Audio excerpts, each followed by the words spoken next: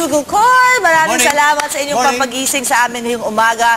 November 30, 2007, kahapon po, one for the books ang nangyari dyan sa Manila Peninsula. Alright, ayan, ang sarap naman. Sir, kayo ba nakakain ba kayo dyan sa Aresi? Hindi pa. Pero gusto nyong itry. Oh, ito try natin. For sure, masarap ang pagkain na i-offer nila. Aba, ang galing, pang-host ka. Okay, ayan po, baka kayo ay nagtataka sinong kasama natin. Si Mr. Robert Suna, Assistant Executive Director of Service for Peace in the Philippines or SFP. Ilang araw na po ang guests natin ang mga Global Peace Festival 2007 ng mga organizers. Ngayon po kasama natin ng SFP para po usapan ano ba ang kanilang exact role on this upcoming event. Right, sir? Alright. Sir, start the change, become a peacemaker. Ito yung inyong motto. Why this mission? Ano ba yung objective ng ating organization? Tell us a little background of your organization. Okay, Service for Peace in the Philippines started in 2002. Now, sa Tagalog, ito yung kawang gawa para sa kapayapaan.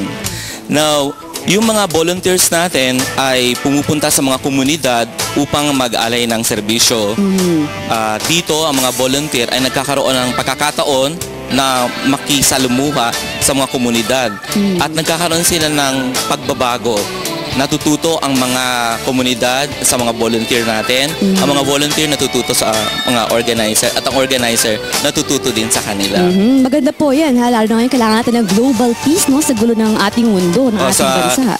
Kinakaharap natin ngayon, nararapat lamang na isadiwa ang ibig sabihin ng kapayapaan at ito hindi nasa isipan kundi nasa puso ng tao. Sir, that's a very good cause. Pero po, sir, let's trickle down to details. Ano po talaga yung mga particular events or activities na haharapin ng mga delegates sa darating na Global Peace Festival 2007? Sa amin, ang bahagi namin ay ang pag-aalay nga ng serbisyo sa mga komunidad. Saan po kayo pupunta?